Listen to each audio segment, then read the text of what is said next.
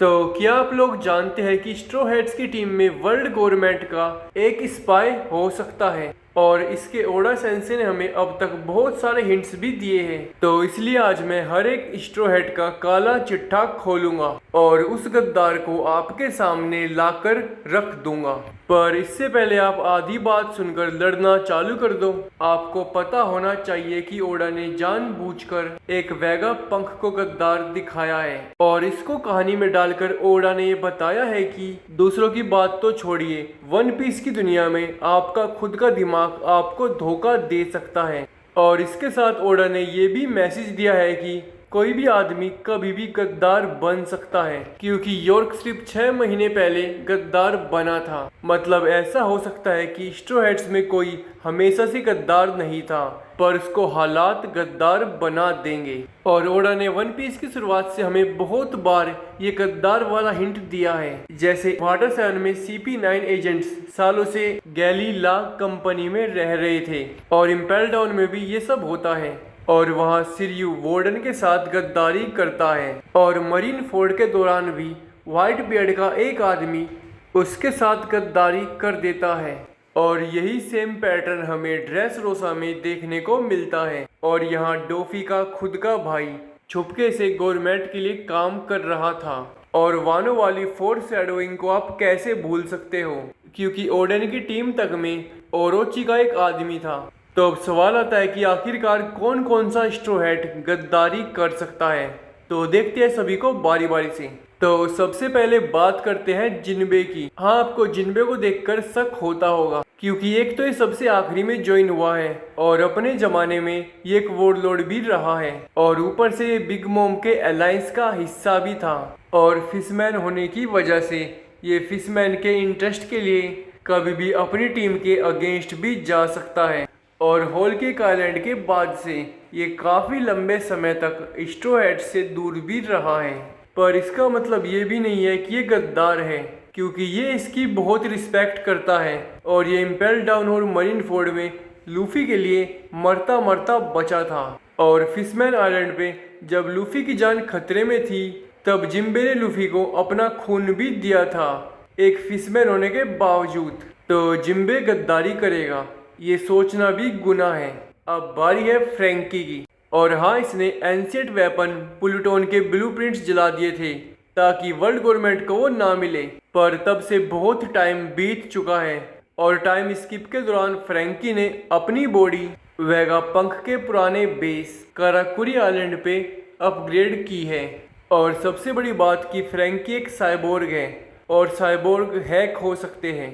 और Vegapunk world government के लिए काम करता था और वेगापंक का बेस होने की वजह से वहाँ का सारा डाटा वर्ल्ड गवर्नमेंट के डाटा में कहीं ना कहीं पड़ा होगा। तो फ्यूचर में वर्ल्ड गवर्नमेंट में से कोई फ्रैंकी को थोड़ी बहुत देर के लिए कंट्रोल कर सकता है, पर अगर ऐसा कुछ होगा भी तब भी इसको गद्दारी नहीं कहा जाएगा। अब अगला है सांजी। और ये वही सांजी है जिसने होल केक आइलैंड पे बिग मॉम की बेटी से शादी करने के लिए लूफी की टीम को छोड़ दिया था। और सांजी के अंदर विंस मोक फैमिली का खून है, मतलब सांजी खुद गद्दारों के खानदान से आता है और शक्ल से भी सांजी थोड़ा चोर टाइप लगता है। और सबसे बड़ी बात, गर्ल्स के लिए सांजी लूफी के अगेंस्ट भी जा सकता है, पर फिर भी इसका मतलब ये नहीं कि सांजी गद्दार है। और ये अपनी टीम को बचाने के लिए ही बिग मॉम की बेटी से शादी कर रहा था और ये आज भी जेफ को अपना असली पिता मानता है। और लूफी, जोरो या किसी लड़की की जान बचाने के लिए ये आज भी अपनी जान दांव पे लगा देगा। अब बात करते हैं निको रोबिन की। तो रोबिन क्रोकोडाइल की राइट हैंड थी और एनाइज लॉबी में भी अपनी टीम को छोड़कर चली गई थी और ये हमेशा से थोड़ा डार्क टोन में बातें करती है, पर फिर भी ये स्ट्रो हेड्स की सबसे ज्यादा वफादार मेंबर्स में से एक है और वर्ल्ड गवर्नमेंट इससे डरती है और इसीलिए वर्ल्ड गवर्नमेंट बचपन से ही इसको मारना चाहती है। तो अगर पूरी टीम में एक ऐसा मेंबर है जो कभी भी गद्दारी कर ही नहीं सकता तो वो रोबिन है। अब अगली है नामी। तो अपने पावर पूल में जूस जैसा वेपन होने के बाद भी नामी खुल्लम खुल्ला किसी से भी नहीं लड़ती है, पर इसके पीछे का रीजन नामी का गद्दार होना नहीं है, बल्कि नामी डरती है। और ये नामी की सबसे बड़ी ताकत है, क्योंकि उसको जल्दी से सामने वाले और अपनी पावर का डिफरेंस पता चल जाता है। पर एक आम इंसान होने के बाद भी जब ऐसे ताकतवर लोगों से लड़ाई होती है तो चाहे नामी मरने ही वाली क्यों ना हो, ये पीछे नहीं हटती है। और वो इसलिए कि अपने कैप्टन मंकी डी लूफी की वफादार है। अब अगली बारी है ब्रूक की। तो ब्रूक सिर्फ लेबुन के लिए जीता है और हर वक्त उसी के बारे में सोचता है। और आपको ये भी पता होगा कि ब्रूक बहुत पावरफुल है, पर काफी बार इतना पावरफुल होने के बाद भी ब्रूक डरने की ओवर एक्टिंग करता है और ब्रूक की हरकत से ब्रूक के कैरेक्टर पे शक होता है। और अगर आपको याद होगा तो कांजिरो भी ऐसे ही डरने की एक्टिंग किया करता था ओडेन की टीम को धोखा देने से पहले। पर ब्रूक का सबसे बड़ा पॉजिटिव पॉइंट यह है कि ब्रूक बहुत सालों से स्केलेटन है। और एक और बड़ी बात यह है कि वर्ल्ड गवर्नमेंट में कोई जानता भी नहीं है कि ब्रूक की असलियत क्या है। और ब्रूक की लाबुन के लिए लॉयल्टी देख के पता चलता है कि ये आदमी धोखा देने वाला नहीं है। और जहां तक बात है ब्रूक की बेटी गुनको की, तो उससे मिलने के बाद ब्रूक उसको उल्टा वर्ल्ड गवर्नमेंट की टीम से अपनी टीम में ला सकता है। अब अगला है उसोप। तो धोखा देने वालों में उसोप का जिक्र ना हो, ये कैसे हो सकता है। और अब तक मैंने जितने भी स्ट्रो हेड्स के नाम लिए हैं, उसोप अब तक का पहला स्ट्रो हेड है जो लूफी या उसकी टीम को धोखा दे सकता है, क्योंकि उसोप बहुत इनसिक्योर है और एक कमजोर आदमी है। और गोइंग मैरी के लिए इसने असली में अपने कैप्टन से लड़कर अपनी टीम को छोड़ दिया था। और एक और बात यह है कि लूफी और उसकी टीम के साथ सोगेकिंग बनकर CP9 को हराने के बाद ये असली में बिना किसी खबर के कुछ दिनों तक गायब रहा था। तो हो सकता है कि वर्ल्ड गवर्नमेंट ने इसको काया के लिए ब्लैकमेल कर दिया हो। पर रीजन कोई भी हो, 20% पॉसिबिलिटी है कि उसोप लूफी और स्ट्रो हेड्स को धोखा देगा। अब ये बिल्कुल भी मत बोलना कि उसोप ने स्ट्रो हेड्स की बहुत बार बड़ी बड़ी मदद की है, क्योंकि मदद तो कांजिरो और योर्क ने भी की थी। और हर एक गद्दार कभी ना कभी किसी की मदद तो करता ही है। पर ऐसा भी हो सकता है कि उसोप असली में गद्दार ना हो। अब बारी है जोरो की। और लॉयल्टी का दूसरा नाम ही जोरो है।